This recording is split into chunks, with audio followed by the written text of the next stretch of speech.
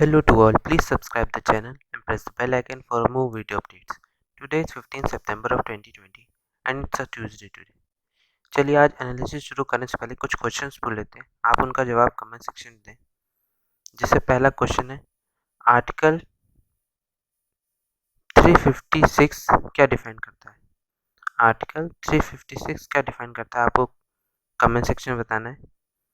दूसरा क्वेश्चन आता है कि जो फाइनेंशियल इमरजेंसी होती है वो किस आर्टिकल में डिफाइन होती है? फाइनेंशियल इमरजेंसी जो होती है वो किस आर्टिकल में मेंशन होती है, ये आपको कमेंट सेक्शन में बताना है। तीसरा क्वेश्चन आता है कि जो एनजीटी है वो कब स्टैब्लिश किया गया था? नेशनल ग्रीन ट्रिब्यूनल कब स्टैब्लिश किया गया था? इन तीनों क्वेश्चन का जवाब आप कमेंट सेक्शन में दें और जो कोई वीडियोस देखे प्लीज़ कमेंट जरूर करें। इन आंसर्स को आप कमेंट सेक्शन में जरूर बता सकते हैं। आप गेस भी कर सकते हैं, अगर आपको नहीं आता है तो उसका करेंट आंसर आपको कमेंट सेक्शन में मिल जाएगा। चलिए आज की एनालिसिस शुरू करते हैं।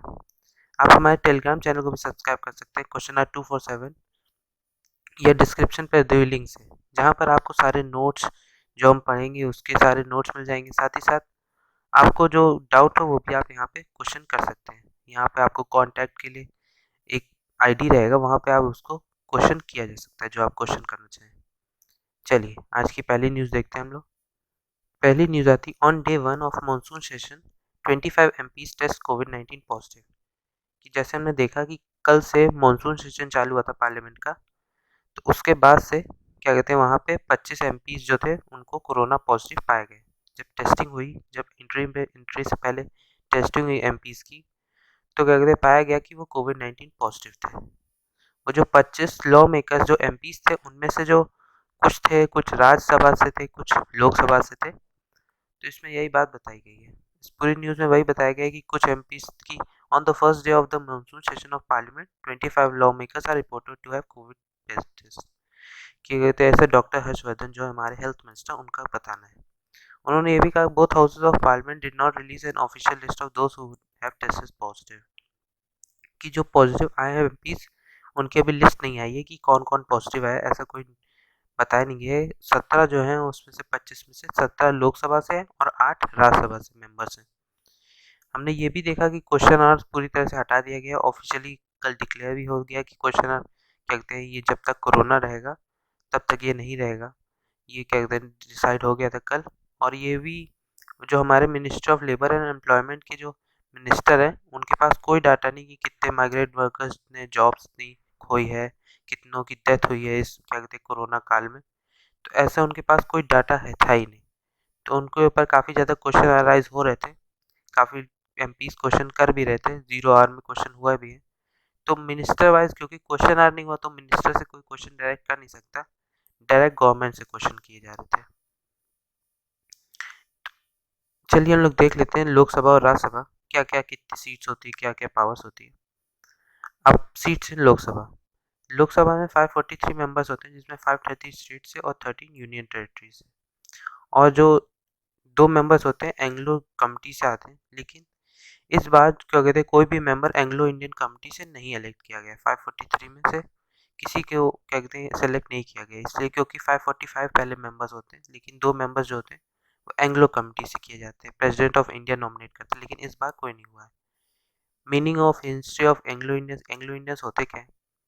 आर्टिकल 366(2) जो है कॉन्स्टिट्यूशन का वो डिफाइन करता है कि एंग्लो इंडियंस वो होते हैं हु लिव्स इन इंडिया, जो रहते तो इंडिया में लेकिन उनके फादर या जो मेल एंसेस्टर्स हैं वो यूरोपियन लीनिएज के हैं, कि वो जिनके जो बाप परदादा हैं वो बाहर के हैं किसी और देश के, यूरोप साइड से। कि मेनली जो ब्रिटिशर्स थे, ब्रिटिश पीपल जो बच गए थे इंडिया में, जो रह गए थे इंडिया में, तो उन्हीं लोगों को मेनली एंग्लो इंडियंस कहा जाता है। एंग्लो इंडियंस जो है वो टर्म डिफाइन किया गया है गवर्नमेंट ऑफ इंडिया एक्ट 1935 कि उसी से जब क्या कहते हैं हमारा कॉन्स्टिट्यूशन बना था तो उससे कुछ आर्टिकल्स लिए गए थे, कुछ उनके प्रोविजंस लिए गए थे, तो उनमें से एक ये एंग्लो इंडियन टर्म भी था जो यूज़ किया गया था। चलिए अब राज्यसभा को देख लेते हैं। राज्यसभा होता है वो second chamber of the Indian parliament होता है। ये क्या कहते हैं origin to the Montagu chamber reform जो 1999 है उसके ओरिजिन के हिसाब से लिया गया था इसे। एक second chamber of the parliament जो प्ले सर्टेन रोल, जैसे कई से प्ले, जैसे एक परमानेंट हाउस है, ये कई बिल्स जो होते हैं ये लोकसभा से पास होके फिर राज्यसभा में आते हैं, उसके बाद ही पास किए जाते हैं, फिर प्रेसिडेंट में जाते हैं। तो राज्यसभा एक इम्पॉर्टेंट फंक्शन भी प्रोवाइड करता है, क्या कहते हैं, हमारी फंक्शनिंग में, गवर्नमेंट फंक्शनिंग में। राज्यसभा के प्रेजेंट में 245 सीट्स हैं, जिसमें 233 मेंबर्स स्टेट से लिए जाते हैं और 12 नॉमिनेट किए जाते हैं प्रेसिडेंट द्वारा। रोल ऑफ राज्यसभा क्या होता है? ये सेफ्टी वेल प्रोवाइड करता है इंडिया की फेडरल पॉलिसी को। ये बाइकैमरलिज्म प्रोवाइड करता है, चेक्स एंड बैलेंसेस ऑपरेशन में जो एग्जीक्यूटिव, लेजिस्लेचर और जुडिशरी को फंक्शन करने के लिए हेल्प करे। ये एक क्रूशियल कंपोनेंट भी है कॉन्स्टिट्यूशनल चेक का। स्पेशल पावर्स क्या होती है इसकी? इसके पास स्पेशल पावर्स होती है, जैसे power to transfer a subject from state list to union list की, किसी भी सब्जेक्ट को स्टेट लिस्ट से यूनियन लिस्ट में भेजना। एडिशनल ऑल इंडिया सर्विसेज बनाना, आर्टिकल 312 की, आर्टिकल 312 के तहत राज्यसभा होता है वही प्रोसेस चालू कर सकता है एक नई ऑल इंडिया सर्विसेज बनाने का। आप कमेंट सेक्शन में बताएं कि इस वक्त रिसेंटली कितनी ऑल इंडिया सर्विसेज हैं। आपको कमेंट सेक्शन में बताना है कि कितनी ऑल इंडिया सर्विसेज हैं इन रिसेंटली। ये क्या कहते हैं, इंडोर्स इमरजेंसी भी लगा सकते, इंडोर्स कर सकते हैं इमरजेंसी को, जब क्या कहते हैं लोकसभा डिसॉल्व हो, आर्टिकल 352 के तहत। चलिए अगली न्यूज़ देखते हैं हम लोग। अगली न्यूज़ आती है, united parliament must to back soldiers at border. कि पीएम का कहना है कि पार्लियामेंट को एक साथ होना चाहिए कि सोल्जर्स को हेल्प करने के लिए, जो सोल्जर्स बॉर्डर पे हैं, सब इंडिया चाइना जो इशू चल रहा है उसके कारण जो उनकी दिक्कतें हो रही है सोल्जर्स को, उनको एक तरह से यूनाइटेड पार्लियामेंट दिखना चाहिए, ना कि एक डाइवर्जेंट पार्लियामेंट की, कहते सबकी अलग अलग है, सब क्वेश्चंस कर रहे हैं, तो ऐसा नहीं होना चाहिए। उन्होंने ये भी कहा, he calls for unity एमिड demand for debate on LAC face of. जो एलएसी पे फेस ऑफ हुआ उसके लिए एक यूनिटी और एक एमिड डिमांड होनी चाहिए डिबेट के लिए। प्राइम मिनिस्टर का ऐसा कहना था। उनका कहना था कि स्पेशल रिस्पॉन्सिबिलिटी है हमारे पास कि एक स्ट्रॉन्ग यूनाइटेड मैसेज दें जो हमारे कंट्रीज के बेस सोल्जर्स हैं उनको। इस पर जो गौरव गोगोई हैं, जो डिप्टी लीडर है कांग्रेस पार्टी के, उनका कहना था कि प्राइम मिनिस्टर क्यों नहीं बोल रहे इंडिया चाइना बॉर्डर पे, इंडिया चाइना बॉर्डर जो इशू है उस पर क्यों नहीं बोल रहे, कोई डिबेट उस पर क्यों नहीं हो रहा है। हम कोई एक डिबेट तय का नहीं चाहते, आप हमें एक क्लैरिफिकेशन दें, ऐसा उनका कहना था। और क्योंकि जो हमारे पीएम है उनका कहना था कि हमें एक यूनिटी वे में देखना चाहिए इसको, और क्या कहते हैं सोल्जर्स को एक स्ट्रॉन्ग मैसेज देना चाहिए कि हम पूरी इंडिया उनके साथ है। इसमें कई गाइडलाइंस के बारे में बताया गया है कि जो इस लोकसभा और राज्यसभा की जो अभी होगा टाइमिंग्स जो हैं, स्टैगर्ड टाइमिंग जो लोकसभा राज्यसभा की, उसके साथ ही साथ टाइमिंग के साथ साथ कुछ गाइडलाइंस भी हैं, उनको भी जो एमपीज है उनको फॉलो करना चाहिए। चलिए अगली न्यूज़ देखते हैं। अगली न्यूज़ आती है, TN creates assembly replica to meet कोविड-19 चैलेंज। कि almost everything has been reproduced but with more spacing at a theatre cum convention level. कि कन्वेंशन हॉल जैसा होता है उस तरह से बनाया गया तमिलनाडु का असेंबली मीट। आप देख सकते हैं जैसे इस फोटो में, कहते हैं सोशल डिस्टेंसिंग पूरी फॉलो हुई है पूरी तरह से। कन्वेंशन हॉल को, जो हॉल होता है जहाँ पे स्टेट लेजिस्लेचर चलता है, उसको पूरी तरह से मॉडिफाई किया गया कि सोशल डिस्टेंसिंग रह सके। इसमें यही बात की गई थी तमिलनाडु असेंबली जो अभी मंडे कल मीट हुई है, जिसमें हिस्टोरिक चैम्बर बना है, उसमें पाया गया कि it was not at fort saint George. ये 150 वर्कर्स वर्क किए थे 10 दिन के लिए, nights and multiple department of Tamil Nadu government, जिन्होंने मिलकर इस रेप्लिका ऑफ द हाउस को चेंज किया, जो वे है क्या कहते हैं हाउस का, उसको चेंज किया। चलिए अगली न्यूज़ देखते हैं। अगली न्यूज़ आती है, NGT ask CPCB to come up with SOP for eateries on highways की। एनजीटी ने सीपीसीबी से पूछा है कि एसओपीज लाएं, स्टैंडर्ड ऑपरेशन प्रोग्राम, कि जो ईटरीज के लिए जो हाईवेज पे हैं उनको लिए क्या क्या क्या उनके पास ऑपरेशन है, उसको लाया जाए, स्टैंडर्ड ऑपरेटिंग प्रोसीजर्स जो है, एसओपी। तो इसमें इंपॉर्टेंट आता है एनजीटी, इसको हम लोग अलग से देख लेते हैं। एनजीटी एनजीटी एनजीटी स्टैब्लिश किया गया था 2010 में under national green tribunal act. ये एक स्पेशलाइज्ड इन्वायरमेंटल कोर्ट होती है जो environmental protection, conservation of forest पर वर्क करती है। ये इसके पास जुडिशियल पावर्स होते हैं सिविल इन्वायरमेंटल मैटर्स में डिसीजन देने के लिए। ये वर्क करती है प्रिंसिपल्स ऑफ नेचुरल जस्टिस के ऊपर। इसका स्ट्रक्चर क्या होता है? इसमें एक चेयरपर्सन होता है, जुडिशियल मेंबर्स, एक्सपर्ट मेंबर्स होते हैं। ये 5 साल का ऑफिस होल्ड करते हैं ये लोग, और इसमें कोई एलिजिबल नहीं होते रीअपॉइंटमेंट के लिए, कि रीअपॉइंटमेंट इसमें नहीं होता। जो चेयरपर्सन होता है वो अपॉइंट किया जाता है सेंट्रल गवर्नमेंट द्वारा चीफ जस्टिस ऑफ इंडिया के साथ कंसल्ट करके। सिलेक्शन कमेटी बनाई जाती है एक्सपर्ट मेंबर्स, जुडिशियल मेंबर्स को अपॉइंट करने के लिए। एटलीस्ट 10 और मैक्सिमम 20 जुडिशियल मेंबर्स और एक्सपर्ट मेंबर अपॉइंट किए जा सकते हैं।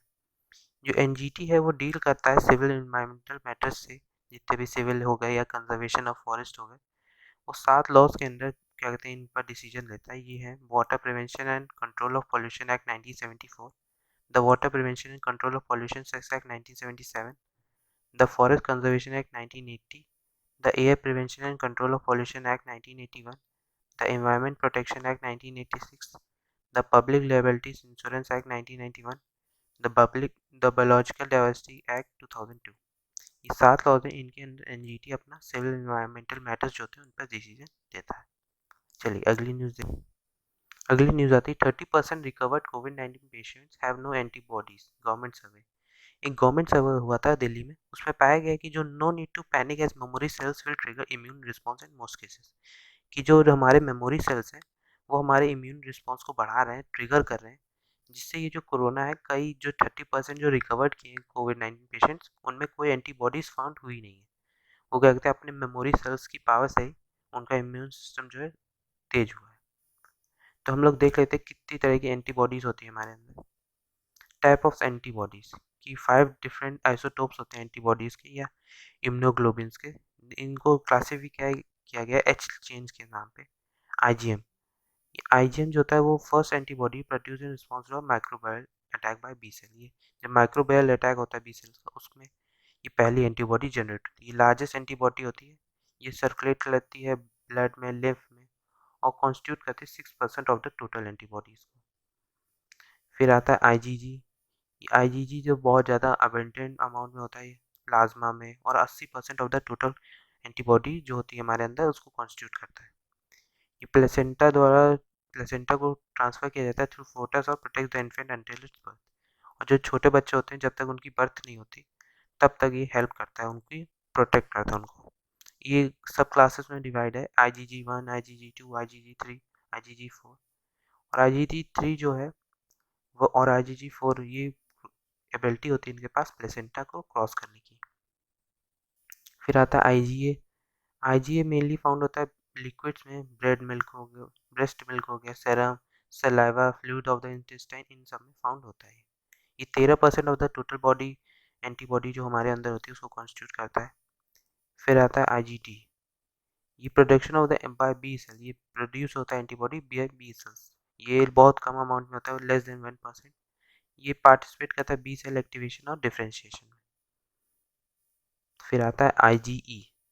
ये लीस्ट अमाउंट में होता है IgE, around 0.02% of the antibody content जो होता है हमारी बॉडी में। These are present in the inner linings of the respiratory and interstitial tracts जो हमारे अंदर होते हैं। ये लगभग इसका वेट होता है 2 लाख डेल्टन, कि 2 लाख डेल्टन का वेटिंग अबाउट 2 लाख डेल्टन होता है। चलिए अगली न्यूज़ देखते हैं। अगली पहला एडिटोरियल हम लोग देखते हैं, India's great silence is the loudest sound, कि citizens must unceasingly demand that they be enable to know the facts of the crisis और कि जैसे हमने देखा कि जो ये कोरोना है पूरी तरह से ऐसा लगता है कि जो घोस्ट होते हैं स्पेनिश फ्लू के, या जो और 4 रिसेशंस हमारे 1958, 1966, 1973, 1980 और साइनो इंडियन कॉन्फ्लिक्ट जो हमारा, वो एक साथ मिलके इस वक्त इंडिया में टूटा है, ऐसा लगता है। क्योंकि देखिए कोरोना भी चल रहा है, इंडिया चाइना, तो इस इशू पे इस बात की गई कि इतने सारे इशू हैं। इसमें कहा गया कि हमने देखा है जैसे इस एपिडेमिक के कारण इस इंडिया में कितनी ज़्यादा कोरोना केसेस बढ़ रहे हैं। इंडिया इस वक्त क्या कहते हैं वर्ल्ड रिकॉर्ड जोड़ रहा है कि maximum number of cases per day जहाँ पे आ रहे हैं वो इंडिया ही है। तो धीरे धीरे इनके वर्ल्ड जो टोटल्स है कोरोना पेशेंट्स वो बढ़ते जा रहे हैं। तो इसमें लिखा है कि इस कम्युनिटी ट्रांसमिशन हैपनिंग, ये कम्युनिटी ट्रांसमिशन चालू हो गया है। क्या हमारे पास उतनी सारी टेस्टिंग हो रही है, बेड्स हैं हमारे पास, वेंटिलेटर्स हैं कि हम इस नीड को फुलफिल कर सकें, डायग्नोस कर सकें, ट्रीट कर सकें, डील कर सकें, कि वायरस को होम ना पहुंचने दें, कि उनको जो पेशेंट्स हैं उनको होम पे ही, उनके घर पे ही ट्रीटमेंट उनको प्रोवाइड कर सकें। विलेजेस में तो और दिक्कतें हैं, जो माइग्रेट कर गए हैं वर्कर्स, तो उनको क्या कहते हैं सर्विसेज प्रोवाइड हो रही हैं कि नहीं। तो इस तरह के कई क्वेश्चन अराइज होते हैं हमारे माइंड के अंदर। तो इसमें ये लिखा है इस एडिटोरियल में कि जैसे हम जानते हैं कि स्केल ऑफ द इम्पैक्ट जो है हमारा कोरोना वायरस के कारण, और जो हमारे तो बढ़ता ही जा रहा है, वो धीरे दिन पर दिन क्या कहते हैं इम्पैक्ट उसका बढ़ रहा है और लोग इफेक्ट होते ही जा रहे हैं। कि इसमें ये भी लिखा है, will we see the cruel irony of our godowns be full and stomachs empty, कि हम कुछ दिन में देखेंगे जो हमारे गोडाउन्स हैं वो पूरी तरह से भर जाएंगे और लेकिन हमारा पेट खाली होगा। क्योंकि हमने देखा है कि इस कोरोना वायरस के कारण जो माइग्रेंट वर्कर्स जो पलायन किए हैं, इधर से उधर ट्रांसफ़र हुए, अपने गाँव की तरफ गए, अपने घर की तरफ गए, तो हमने देखा कि कुछ लोगों की जो जॉब्स मिली भी थी, जॉब्स खो गई। कुछ लोगों को जो गाँव में जाके कुछ काम मिला भी, उनका भी खत्म हो गया नरेगा के द्वारा जो था। तो धीरे-धीरे लोगों की दिक्कतें बढ़ती जा रही हैं। लोग कैसे अर्निंग करेंगे देखना है, उसके लिए कोई स्टेप्स नहीं लिए गए। फिर आता है पिलर्स ऑफ द स्टेट की, जैसे हमने देखा है कि चाइना के साथ हमारे क्राइसिस बहुत ज़्यादा चल रहा है इस वक़्त। तो हर जो 3 पिलर है मेन हमारे, वो पूरी तरह से इफ़ेक्ट है हमारे उनका। जैसे लेजिस्लेचर हो गया, एग्ज़ीक्यूटिव हो गया, जुडिशरी, तो हर जगह कुछ ना कुछ इश्यू चलता ही रहा है। इस एपिडेमिक में भी देखा हमने कि इस पैंडेमिक में भी कोरोना जैसी ये चाइना बॉर्डर पे क्या कहते हैं इश्यू चल रहे हैं। चाइना इश्यू बढ़ा रहा है, वहाँ पे स्टैंड ऑफ कर देता है बीच में बीच में। इसमें ये भी लिखा है कि जैसे हमने देखा as this was the second pillar कि लेजिस्लेचर जो होता है हमारा, वो भी एक करंटली मीटिंग में है फिज़िकली फॉर फोर्टनाइट की। फिर से पार्लियामेंट चालू तो हुआ है, अब देखना है कि किस-किस इश्यू में उठाया जाता है, कौन-कौन सा इश्यू। हमने ये भी देखा कि जुडिशरी में कोई क्या कहते हैं डिसीजन नहीं लिया। आर्टिकल 370 पिछले साल क्या कहते हैं डिमोलिश कर दिया गया था जम्मू कश्मीर में। लेकिन उसके बाद से 1 साल तक लगभग वहाँ पे कंडीशन बेकार थी। अभी भी वहाँ पे उतना फ्रीडम नहीं है उन लोगों को। क्या कहते हैं वहाँ पे अभी भी कर्फ्यू लगा था। पूरी तरह से वहाँ पे जो बच्चे पढ़ रहे थे उनको दिक्कतें थी। तो इस तरह की कई दिक्कतें वहाँ पे हुई हैं, इस 370 के हटने के बाद। इसमें ये भी लिखा है वायरल स्टिलनेस की, जैसे हमने देखा है कि जो वायरल है हमारा पूरी तरह से इफेक्ट कर रहा है। It threatens to smother their breath की by doing ours as well कि fourth state leading we the people of India needs to become a freedom slave. कि जो फोर्थ स्टेट है हमारा वो लीड करता है पीपल ऑफ इंडिया को, तो हमें एक फ्रीडम स्लैब सपोर्ट की ज़रूरत है। चलिए अगला एडिटोरियल देखते हैं। अगला एडिटोरियल आता है urban employment as the focal point. जो अर्बन एम्प्लॉयमेंट है वो एक हमारा फोकल पॉइंट वर्क कर सकता है। तो इस पूरे न्यूज़ में वही बात की गई है। इसमें वही बात की कि इस कॉन्ट्रैक्शन जो हमारा इकोनॉमी का हुआ 23.9% कॉन्ट्रैक्ट की हमारी इकोनॉमी। तो उसके लिए क्या कहते हैं हम लोगों को वर्क करना चाहिए जो हमारे श्रिंकिंग सेक्टर्स हैं उनको इम्प्रूव करने के लिए। जैसे हमने देखा कि गवर्नमेंट ने कई योजनाएं लॉन्च की, जैसे गरीब कल्याण रोजगार योजना अभियान। तो क्या कहते हैं इसको जून में लॉन्च किया गया था। लगभग 50,000 करोड़ क्या कहते हैं जो एम्प्लॉयमेंट स्कीम थी उनको लॉन्च किया गया था लोग तक रिलीफ प्रोवाइड करने के लिए। जो रूरल इंडिया में लोग हैं उनको अर्बन जॉब्स प्रोवाइड करने के लिए कुछ लोगों को। तो इस तरह के श्रिंकिंग सेक्टर्स जैसे हमारे उनको एक बूस्ट देने के लिए, जैसे कंस्ट्रक्शन में -50% का हुआ, trade, hotels, other services -47%, manufacturing में -39%, माइनिंग में -23%। तो इनमें एक maximum new jobs in the economy बनाने की ज़रूरत है कि हम इसका जो कॉन्ट्रैक्शन हुआ है, जो श्रिंक किया है, उसको इम्प्रूव कर सकें। सिचुएशन क्या है इंडिया में कि इस वक्त हमने देखा है कि जो low to higher value added sectors हैं, जो एक क्या कहते हैं हमारे सेक्टर्स हैं जहाँ पे कैपिटल और लेबर ट्रांसफ़र होता है, मैक्सिमम वहाँ पे काफ़ी दिक्कतें इस वक्त है। हमने ये भी देखा कि प्रेजेंट क्राइसिस के कारण जो हमारी इकोनॉमिक क्राइसिस है या कोरोना क्राइसिस है, उसके कारण जो अर्बन जॉब्स हैं वो काफ़ी ज़्यादा इफ़ेक्ट हो रही हैं, क्योंकि अर्बन क्या कहते हैं सिटीज़ में इसका क्या कहते हैं कोरोना का ज़्यादा कहर है। और क्या कहते हैं ज़्यादा दिक्कतें भी हैं वहाँ पे। लोग क्या कहते हैं इस वक्त कोरोना के कारण काफ़ी ज़्यादा सिटीज़ में लोकल गवर्नमेंट काफ़ी स्टेप्स ले रही है। तो जहाँ पे कंटेनमेंट जोन्स होता है वहाँ पे तो आप जॉब कर नहीं सकते, वहाँ पे दिक्कत ही दिक्कत है। तो इस तरह पे आपको रहने की दिक्कत और क्या कहते हैं खाने की दिक्कत, तो इस तरह की कई दिक्कतें हो सकती हैं। ये हमने ये इन्वेस्टमेंट में देखा कि पुअर अर्बन ड्वेलर्स जो होते हैं हाउसिंग, रोड्स या सीवर, वाटर मैनेजमेंट, इन सिस्टम में वर्क करते थे। लेकिन ये धीरे-धीरे क्या कहते हैं इस कोरोना काल के बाद construction of low cost housing हो गया इज़ अनदर एक्टिविटी।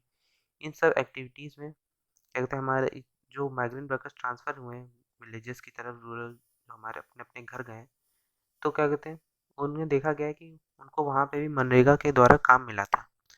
लेकिन सब लोगों ने जो मैक्सिमम डे ऑफ वर्क होता है उसको भी इंक्रीज़ किया गया, लेकिन सब लोगों का क्या कहते हैं धीरे-धीरे करके ख़त्म होता गया। तो अब कुछ ही लोग बताएँ जिनका मनरेगा का वर्क बचा है, बाकी सबका जो उनका मैक्सिमम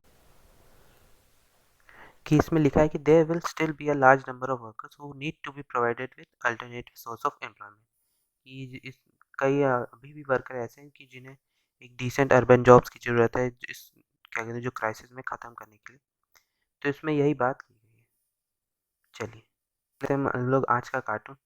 आज का कार्टून आया है ये जिसमें लिखा है एक तरफ कि did Rhea Chakraborty buy marijuana for boyfriend Sushant, की जो उन्होंने ड्रग्स, कहा जा रहा है कि उन्होंने ड्रग्स लिया है।